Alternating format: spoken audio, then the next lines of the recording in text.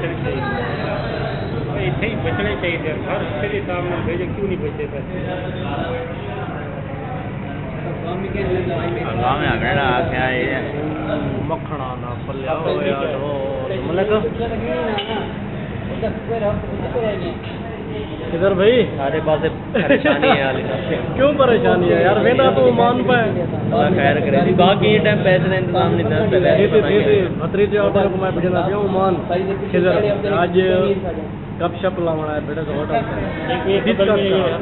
पैसे मिल रहे जवेद भाई आबिद भाई पैसे मिल रहे मलिक भाई नाज़िम भाई इंशाल्लाह YouTube channel subscribe Mohammad Aamir vlog subscribe करो,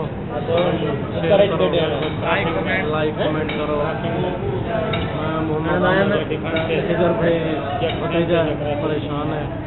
इंशाल्लाह वीडी तक